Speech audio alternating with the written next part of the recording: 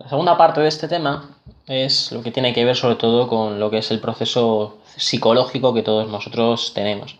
Es una lástima no poder ver esta parte en clase porque me gusta mucho hacer prácticas de psicología con vosotros, mostraros pues un poquito ejemplos, ¿no? De como bueno, pues ejercicios para ejercitar la memoria, test de inteligencia para que veáis cómo funciona, poneros algún vídeo sobre, por ejemplo, lo que es, como veis ahí, lo primero, el conductismo, en qué consiste, ¿no? Que es esa psicología pues más innovadora que tenemos actualmente. Pero bueno, os vamos a dar una explicación por lo menos que os sirva para poder estudiar lo que son estos apuntes y ya está. La psicología es una ciencia bastante nueva. La psicología parte de esa filosofía que nosotros estamos dando dentro de la historia de la misma. Lo que pasa es que llega un momento donde ya hay diferentes autores, diferentes pensadores que dicen realmente vamos a estudiar lo que es la mente, el cerebro humano aparte, porque es algo bastante complejo, es algo bastante importante y por lo tanto necesita pues, ese reconocimiento, ¿no? Y hay diferentes teorías psicológicas, todos lo mismo conocéis la teoría de Freud, o por lo menos os suena lo que es Freud, ¿no? Con el psicoanálisis, es una teoría anterior a lo que es el conductismo, pero bueno, eso en algún momento en clase si podemos lo comentaré y os daré algo de Freud, por lo menos por curiosidad, pero realmente nosotros nos vamos a quedar con el conductismo, que es un poco dentro de las teorías actuales que tenemos, pues una de las más importantes, ¿vale?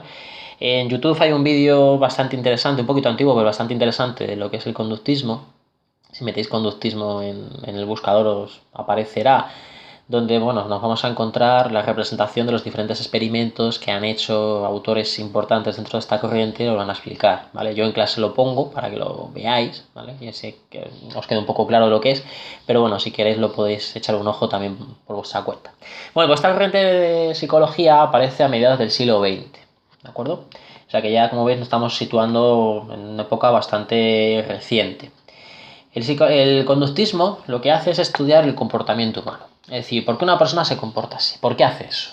¿Vale? Es decir, nosotros podemos observar a los niños pequeños y ya esos niños pequeños desde un principio pues tienen una conducta, tienen un comportamiento, ¿vale? Para que lo entendáis, unos pueden ser buenos, otros pueden ser malos, ¿no? A veces hacen cosas buenas, a veces hacen cosas malas, a veces la lían, otras veces no. Es decir, ¿por qué pasa eso? ¿No? Porque a veces, una persona adulta podemos ver más razones de su comportamiento, pero muchas veces en los niños, ¿no? De repente coge una rabieta y no sabemos muy bien por qué. Entonces, ¿por qué pasa todo eso? ¿Por qué se da todo eso? Los psicólogos dentro del conductismo nos dicen que, claro, la idea es estudiar esos procesos mentales, es decir, qué es lo que tiene en la cabeza, para que lo entendáis, esa persona que le hace comportarse de esa manera. Pero claro, el problema que tiene la psicología es que los procesos mentales no se ven. Es decir, un médico, ¿no? Por ejemplo, un dermatólogo, tú vas con una mancha en la piel y el dermatólogo ve esa mancha en la piel, observa, puede tomar análisis, puede tomar una muestra para hacer un análisis, puede ver de forma visual lo que está estudiando, ¿no?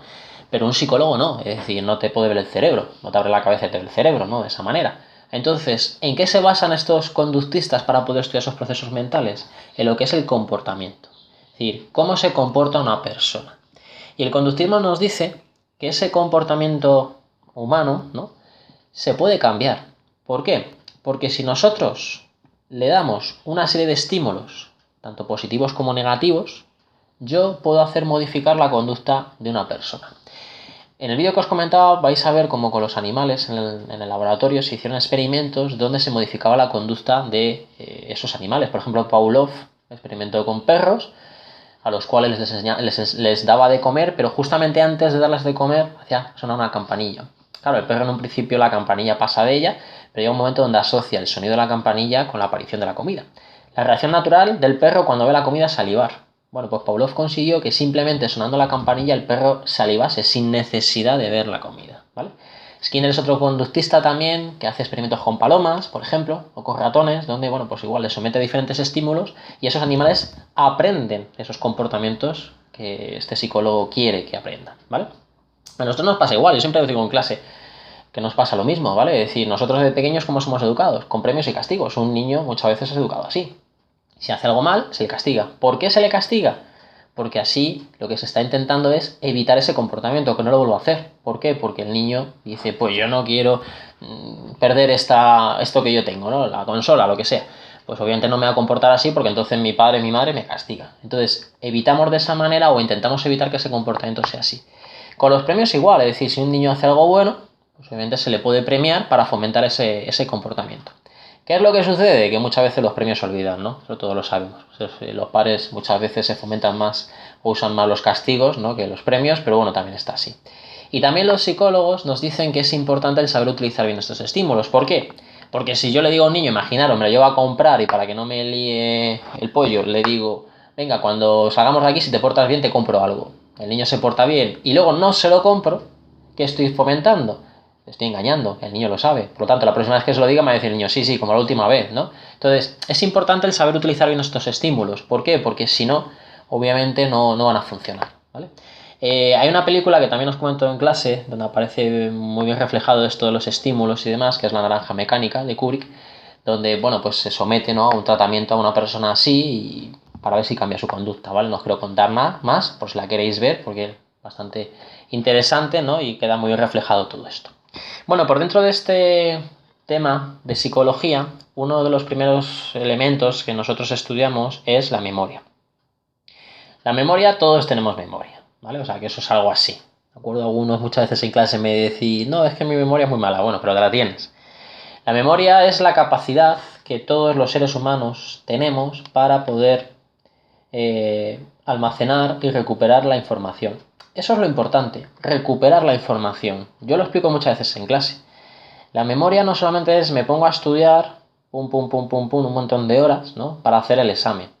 Y cuando llego al examen, ¿qué es lo que pasa? Me quedo en blanco, me pongo nervioso y aquello que he estudiado no me acuerdo de ello. Ahí hay un problema. La memoria consiste en que lo que yo he estudiado soy capaz de recordarlo. Obviamente con menor nitidez que cuando lo estoy estudiando, pero soy capaz de recordarlo.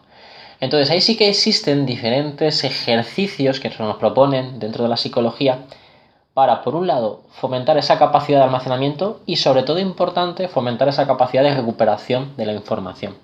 Porque si no soy capaz de recuperar esa información, me da igual. Hay gente que os pasa a veces en clase y me lo decís y yo me lo creo. Hay gente que estudia muchas horas, pero cuando llega al examen no se acuerda.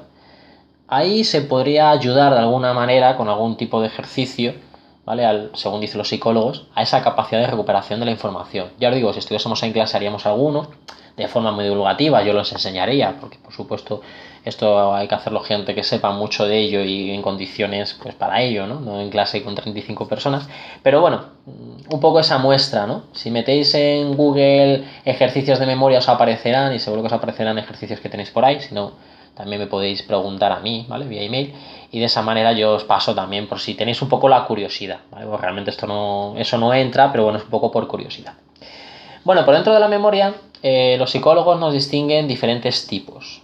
Por un lado estaría lo que es la memoria sensorial, que es la que permite a nuestros sentidos retener los datos que captan durante un breve espacio de tiempo. Suelen decir entre 1 y 2 segundos. Bueno, esto del tiempo a veces depende también de quien te lo diga, ¿no?, del psicólogo que te lo diga.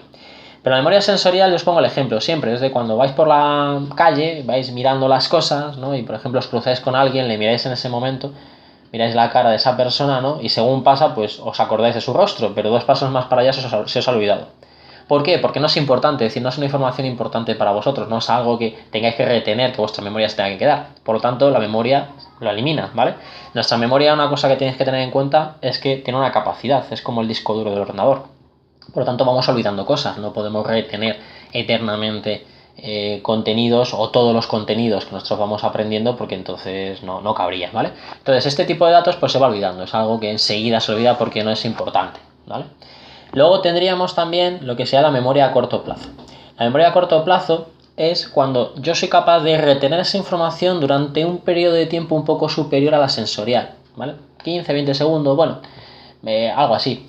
Yo siempre os pongo el ejemplo, es por ejemplo cuando empezáis a hablar con alguien o cuando tenéis una conversación con alguien, ¿no?, y estáis pues eso, hablando de cualquier historia vuestra, sois capaces de recordar lo que os ha dicho esa persona anteriormente y entonces sois capaces de mantener el hilo de la conversación. ¿Qué es lo que sucede? Que si no fuera así me perdería, es decir, no sabría si yo ya he dicho esto, no sabría lo que me has dicho tú anteriormente y entonces sería un poco caótica esa conversación. Por lo tanto, esta memoria sobre todo sirve para eso, ¿no?, para, por ejemplo, ya os digo, mantener lo que es una conversación. Y luego la memoria a largo plazo es aquellos contenidos que yo almaceno de forma definitiva, es decir, que yo me quedo con ellos durante un tiempo muy largo. ¿Por qué? Porque son datos muy importantes.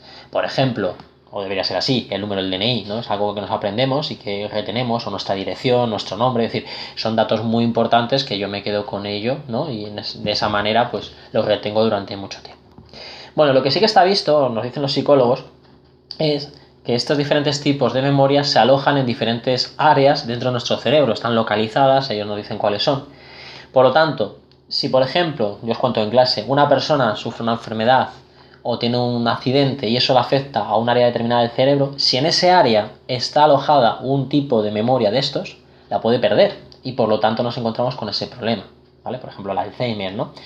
¿Qué es lo que sucede? Por ejemplo, si una persona pierde la memoria a corto plazo, podéis encontrar, ¿no? En esa situación, pues una persona a la hora de hablar con vosotros, pues pierde muchas veces el hilo de la conversación, os repite las cosas 50 veces, ¿no?